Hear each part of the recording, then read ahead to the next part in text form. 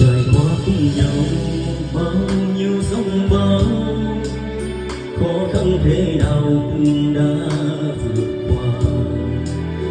Từ nay về sau làm vợ anh em nhé, suốt cuộc đời này anh xin nguyện chờ che.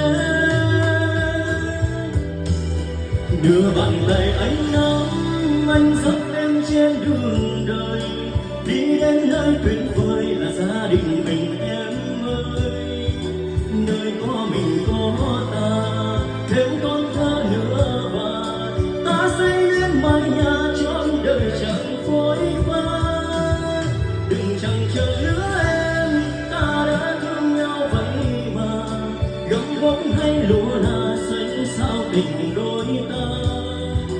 Nay có mẹ thêm cha yêu thương em nữa